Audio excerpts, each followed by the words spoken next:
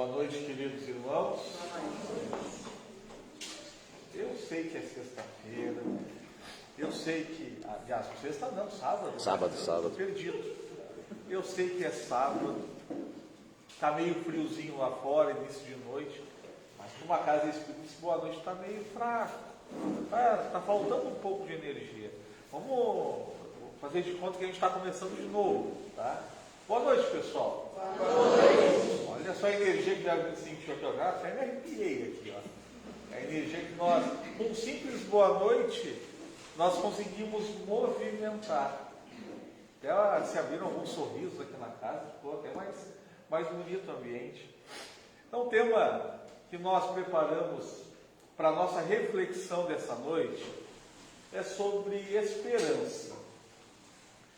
Só que para tratarmos de esperança, quando nós adquirimos esperança, nós adquirimos o conhecimento ou a noção de dias melhores, de um futuro promissor, de coisas boas que estão para vir a acontecer na nossa vida.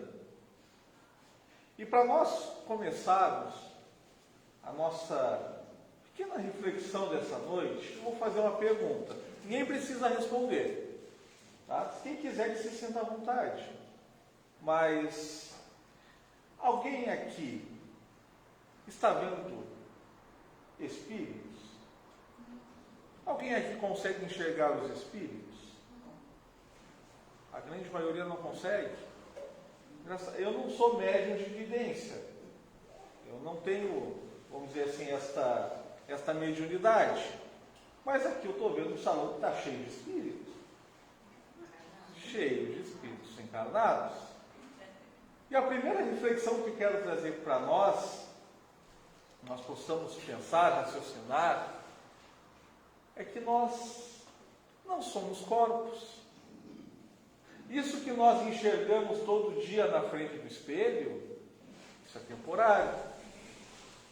Não é a realidade. É um momento de nossa existência que é eterna. Portanto, não somos isso que nós enxergamos. Nós somos algo muito mais profundo. Somos espíritos. Espíritos que estamos vivendo, não iremos viver, mas sim estamos vivendo a eternidade. Em alguns momentos, nós estamos do lado material, encarnados, com corpos físicos.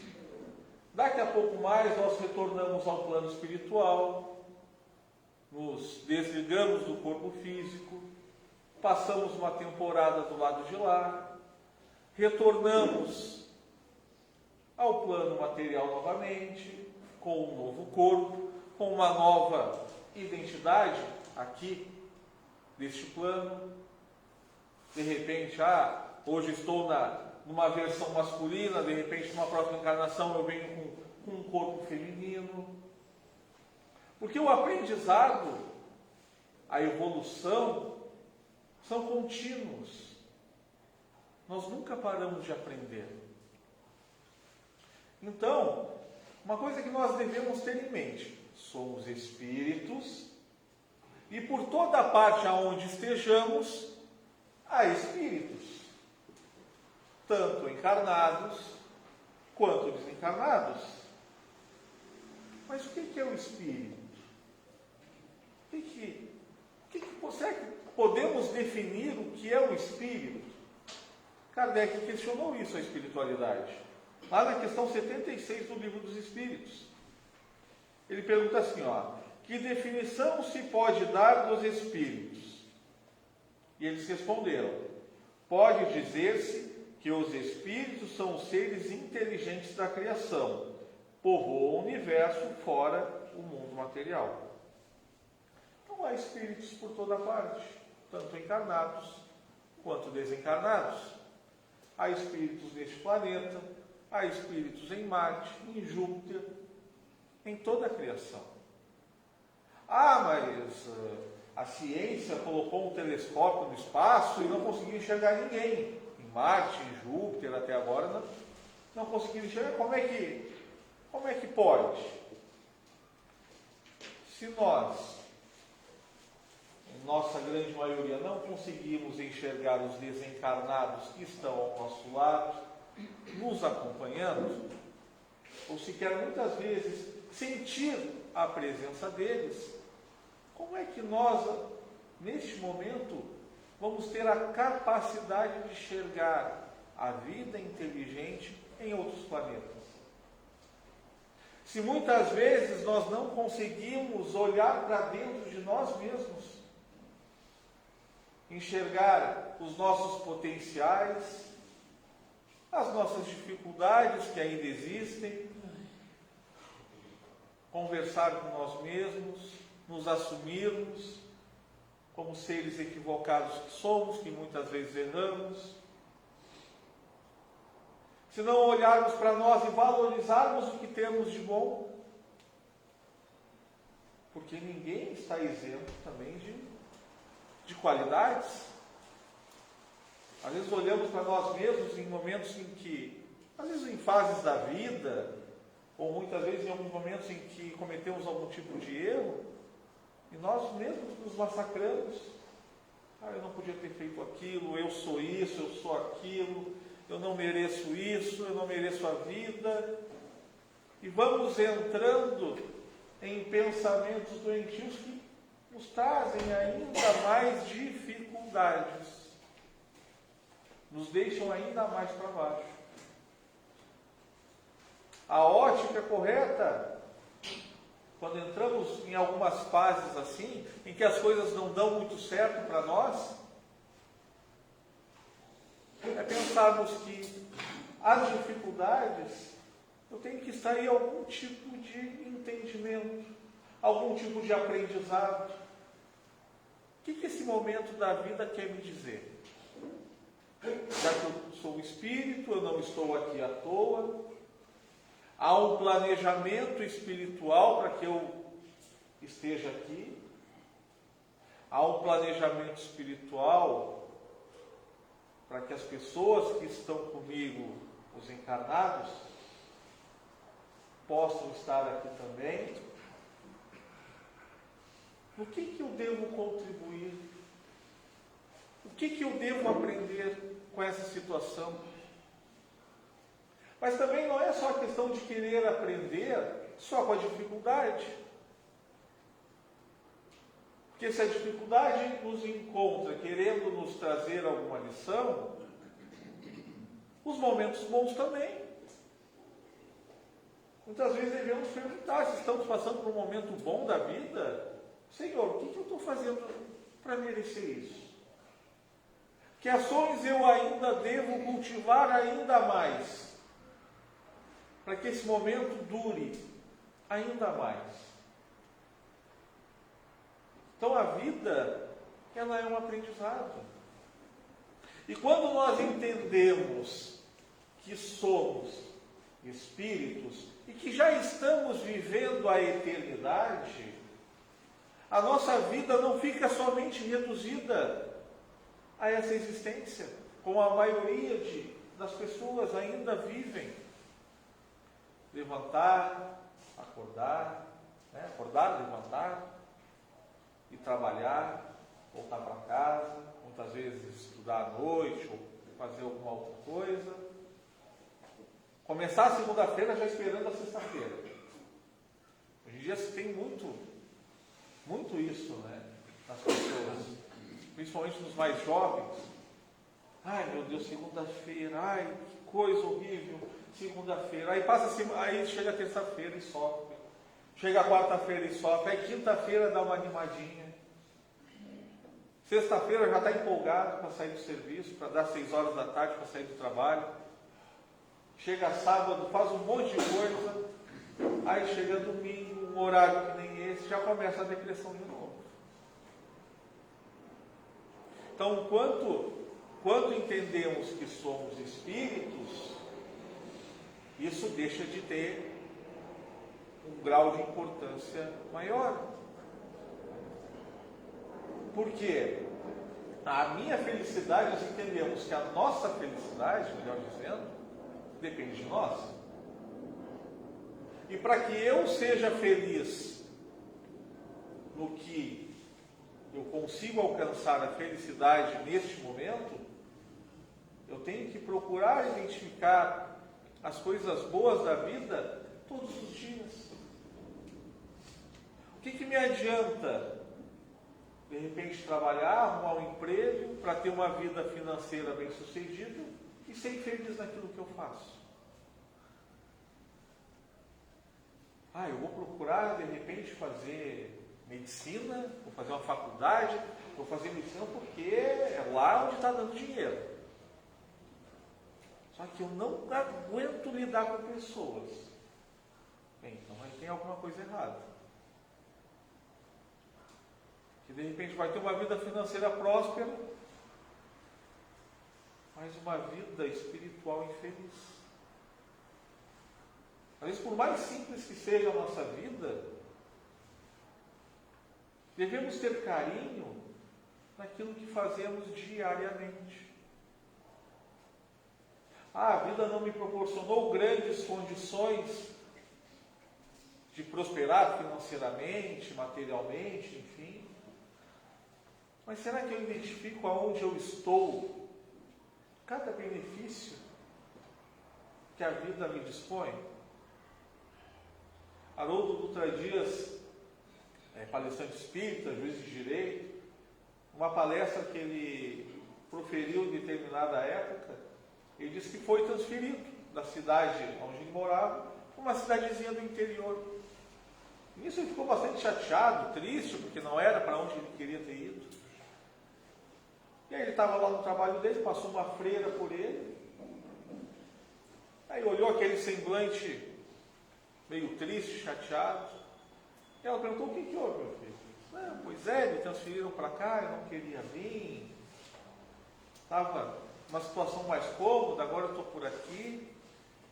E aí ela pegou e falou assim para ele: meu filho, procure aprender a florescer aonde Deus te plantou. Nós não dependemos de situações externas para sermos felizes. Algumas situações facilitam, claro. Mas vai da percepção de cada um ter a felicidade no seu dia a dia. Por exemplo, se eu tenho um alimento completo no meu dia, eu já posso me considerar mais sortudo, vamos dizer assim, que 1 bilhão de pessoas no planeta, que não tem uma refeição no dia. Se eu tenho alguém dentro de casa, para que eu possa dar bom dia, eu posso me considerar uma pessoa de sorte também. Tanta gente vive sozinha, tantas pessoas são solitárias ainda que em convívio de outras pessoas. Estão ali, estão rodeadas de outras pessoas, mas estão solitárias, vazias. Porque não conseguem perceber cada detalhe.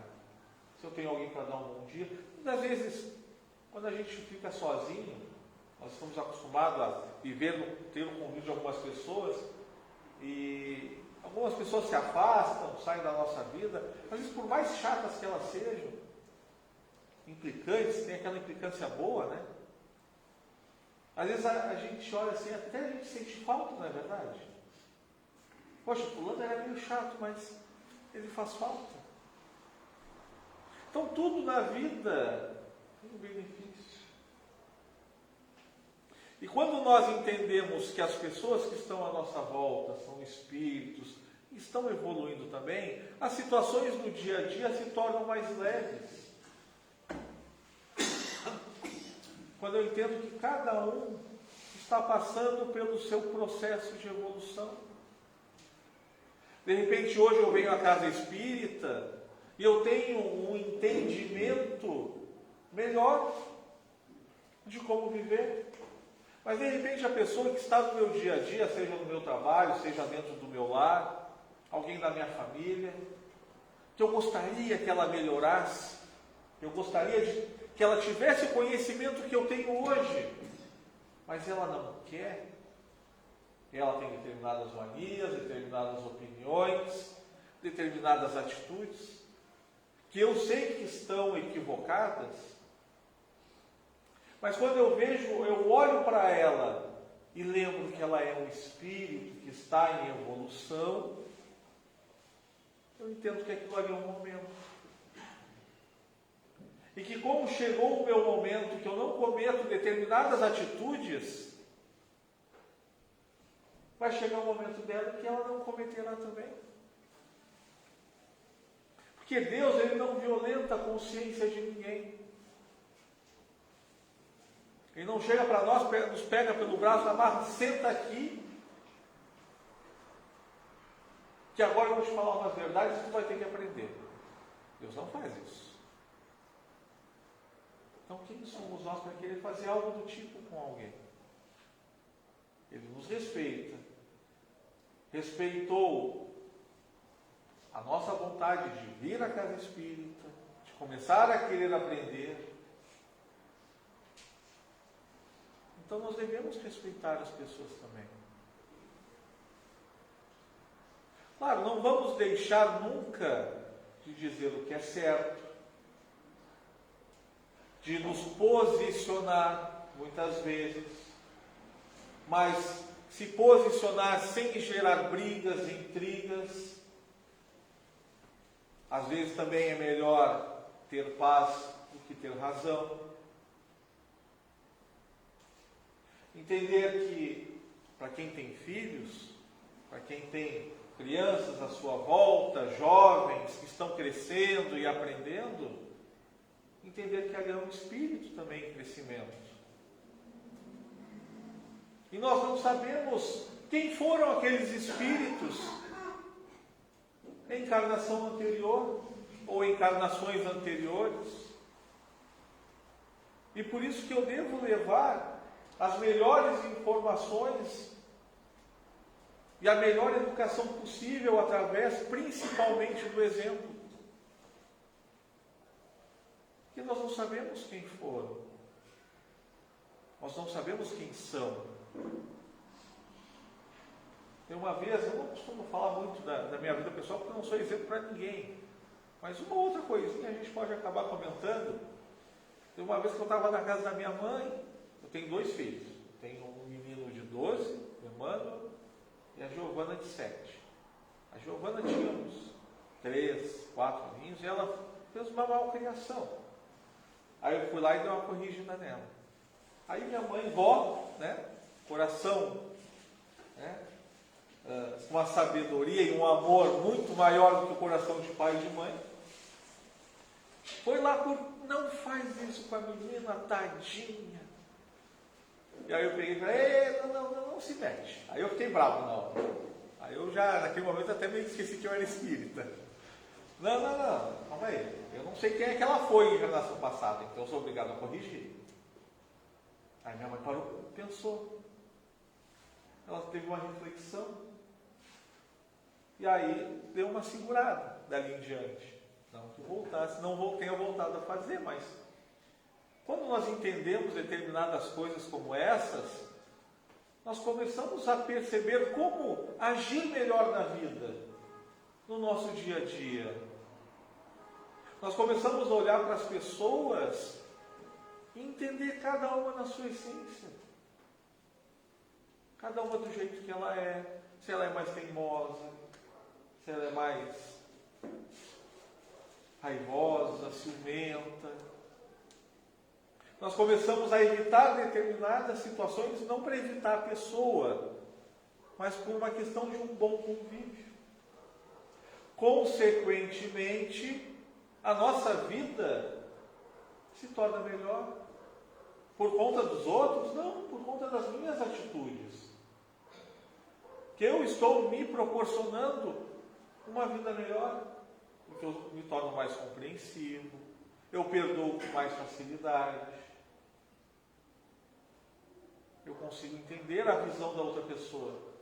E que em determinados momentos o outro não vai ter a compreensão que eu tenho. Eu não vou querer abusar do entendimento que a pessoa ainda não tem. Então,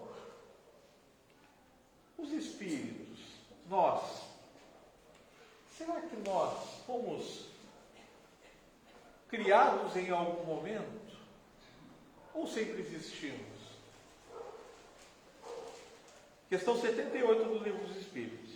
Os espíritos tiveram princípio ou existem como Deus de toda a eternidade? Se não tivessem tido princípio, seriam iguais a Deus, quando ao invés são criação sua e se acham submetidos à sua vontade. Somos submetidos à vontade de Deus. Isso os Espíritos estão nos falando. Porém, Deus não violenta o livre-arbítrio e a mente de ninguém, de nenhum de seus filhos. Mas como então somos submetidos à vontade de Deus? Através de suas leis perfeitas, através das leis divinas. Se eu cometo atos de amor, de bondade, compreensão, carinho, caridade, fraternidade, eu vou ter o retorno disso. Agora, se eu ainda cometo atos equivocados, em algum momento eu terei o retorno desses atos também. Então, qual é o mundo verdadeiro? Questão 85. O mundo espírita, que pré-existe e sobrevive a tudo. Reforçando, somos espíritos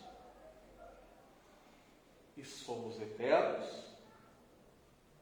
E depois, quando chegarmos a um determinado grau de perfeição, não precisaremos mais estar no mundo físico. Então, por que nós passamos pelo mundo físico? Primeiro, pela vontade de Deus. Certo? Questão 132 do Livro dos Espíritos. Kardec pergunta o seguinte: qual o objetivo da encarnação dos espíritos? Que somos seres espirituais, viveremos pela eternidade no mundo espiritual, por que a gente precisa encarnar? Deus lhes impõe, Deus não sugere, aí já é uma imposição. Deus lhes impõe a encarnação com o fim de fazê-los chegar à perfeição. Para uns é expiação, para outros missão. Mas para alcançarem essa perfeição, têm que sofrer todas as vicissitudes da existência corporal. Então, primeiro ponto, nós encarnamos com o fim de chegarmos à perfeição. E visa ainda outro fim, a encarnação, o de pôr o espírito em condições de suportar a parte que lhe cabe na obra da criação. André Luiz, no livro Evolução em Dois Mundos, nos fala sobre os co-criadores, espíritos co-criadores. E existem dois grupos no livro, como ele nos coloca. Os co-criadores em plano maior e os co-criadores em plano menor. Os co-criadores em plano maior estão ligados diretamente na mente divina. Estão ligados diretamente a Deus. Como Emmanuel mesmo nos fala, que Cristo é o responsável pela criação deste planeta. Se um espírito criar um planeta, ele tem que ter noção da matéria. Ele tem que ter noção de como mexer com a matéria, com o fluido cósmico universal, que é a essência de toda e qualquer matéria. Ele tem que ter noção. Mas como é que vai aprender isso? Lidando diretamente com a matéria. E aí entram os co-criadores em plano menor. Por exemplo, nós fazemos parte deste grupo. A partir do momento que eu pego um pouco de barro que é a matéria mais pura que eu posso conseguir tocar de forma consciente neste ambiente, eu vou lá e faço um tijolo. Eu vou lá e faço uma obra de arte. Eu posso pegar, cortar uma madeira, montar uma mesa, extrair os itens da natureza para fazer as cadeiras, um computador, um projetor, um telefone, enfim. Nós estamos usando dos recursos que Deus nos coloca em condições de lidarmos, para que possamos aprender a manipular. Mas será que os espíritos puros têm essa noção de como mexer na matéria mais primitiva? Isso nós podemos ver e podemos responder de forma bem clara, analisando as passagens do Cristo. Cristo não veio e não auxiliou a curar corpos. O cego não voltou a enxergar, paralíticos não voltaram a andar, leprosos não foram curados de suas enfermidades. Manipulação da matéria. Cristo tem o conhecimento. Outro exemplo, a multiplicação dos peixes, a multiplicação dos pães, manipulação da matéria, a transformação da água em vinho, ou de algo similar ao vinho, enfim, manipulação das partículas. Tudo isso é conhecimento. Para que possamos chegar ao nível crístico, ao nível de um Cristo, nós também devemos ter esse conhecimento. Só que imagina se nós temos esse conhecimento agora, no nosso estado atual de evolução. O que vai dar de caca por aí? Olha. Então, é melhor ainda aprender a fazer um vidro, fazer uma cadeira, montar uma mesa, porque isso nós temos condições. Agora, coisas maiores nós aprenderemos quando as nossas questões interiores estiverem mais apuradas. Quando houver o merecimento, quando houverem condições de podermos lidar com tal. Questão 133. Tem necessidade de encarnação os espíritos que desde o princípio seguiram o caminho do bem? Por exemplo, o espírito que encarnou a primeira vez, já começou tomando atitudes corretas, será que ele vai ter a necessidade de passar pelo mesmo processo? Aí eles respondem: todos são criados simples e ignorantes, e se instruem nas lutas e tribulações da vida corporal. Deus, que é justo, não podia fazer felizes a uns sem fadigas e trabalhos, consequentemente, sem mérito. Então, todos passam pelos mesmos aprendizados. Agora, se as provas serão exatamente iguais em uns para outros, não. Pega um aluno de um colégio que procura estudar, aprender, chega na hora de aplicar a prova, como é que vai ser? Vai passar fácil. Porque houve boa vontade da parte dele de querer aprender. Houve um esforço. Agora pega aquele aluno que fazia parte da minha turminha lá, daquela turminha do fundão, na sala de aula, não estava muito afim de estudar, em muitos momentos.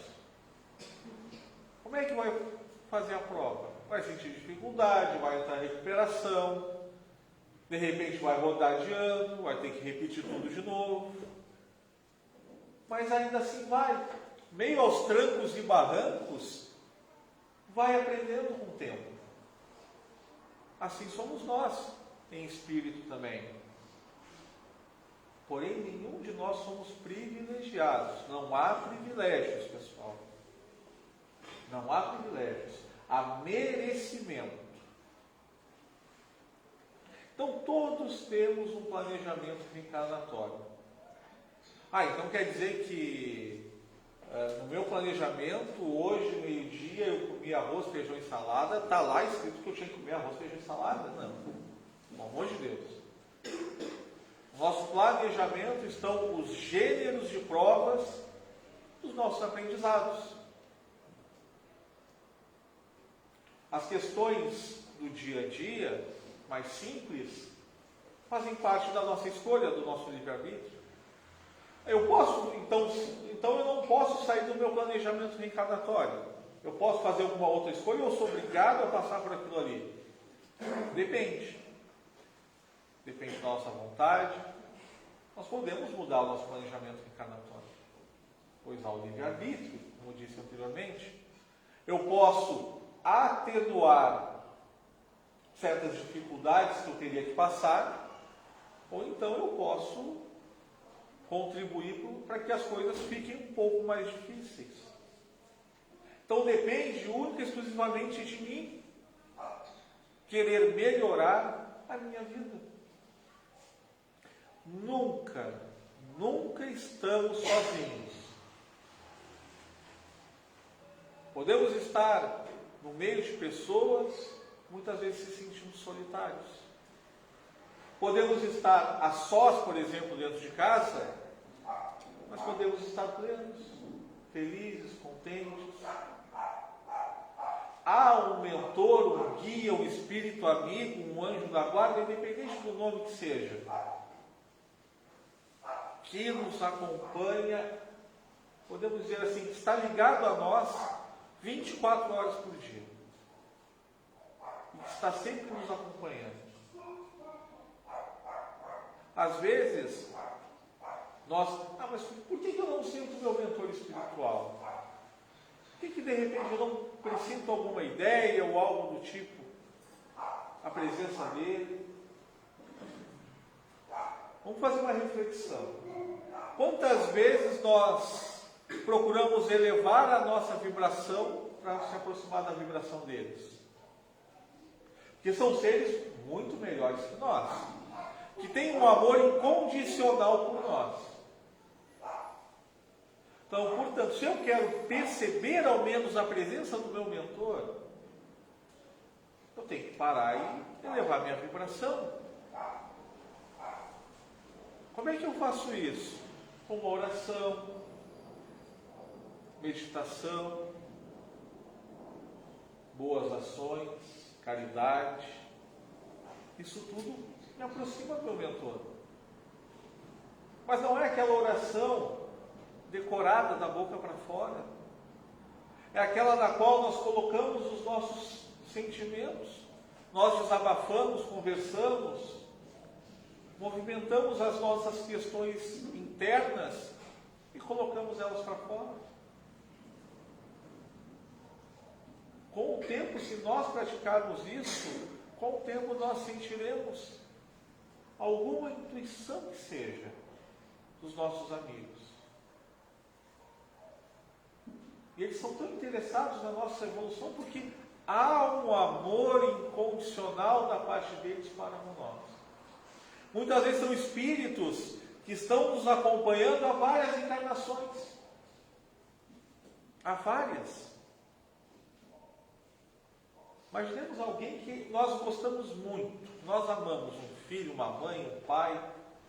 Agora multiplica isso por várias e várias vezes. Talvez seja o carinho que eles tenham por nós. No livro Irmão, Emmanuel, através da psicografia de Chico Xavier, nos diz o seguinte: todos estamos ainda muito longe da perfeição, contudo, ninguém vive fora do constante aperfeiçoamento. Disse Jesus: sede perfeitos como o Pai Celestial. Isso não quer dizer que já estejamos habilitados para a glória divina, mas sim que, em matéria de aperfeiçoamento, é indispensável tenhamos todos a coragem de começar. Coragem para começar. Às vezes a gente fala assim, segunda-feira eu vou mudar. Segunda-feira eu vou começar um regime. Eu já cansei de falar isso, tá, gente? Segunda-feira eu vou começar o regime. Vai fazer uns dias aí que eu comecei, agora eu comecei mesmo. Segunda-feira eu vou começar a fazer um exercício. Segunda-feira eu vou começar a estudar. Segunda-feira eu vou começar a ler o livro dos Espíritos. E aí vai para a segunda, vai para a segunda, e sempre a segunda. E nós não encontramos a vontade efetiva de começar. Segundo a Anete Guimarães, palestrante espírita, ela nos fala, o que é vontade? Ela explica. Vontade é decisão. Quando nós decidimos alguma coisa, a gente coloca a vontade em movimento. Mas enquanto nós não decidimos, fica em segundo plano. Como é que nós podemos começar? Com a vontade, decidindo. Reconhece-se o verdadeiro espírita pela sua transformação moral e pelos esforços que faz para domar suas más inclinações. Isso está no Evangelho, no capítulo 17. Gente, não precisamos reencarnar espíritos imperfeitos e desencarnar Cristos. Não há condição para tal. Mas que tenhamos a vontade, a decisão de mudar. Eu não preciso querer mudar também tudo que eu tenho para mudar. Eu vou identificar algo dentro de mim através das minhas reflexões. Ah, mas eu não sei como é que eu faço a reflexão, como é que eu posso começar?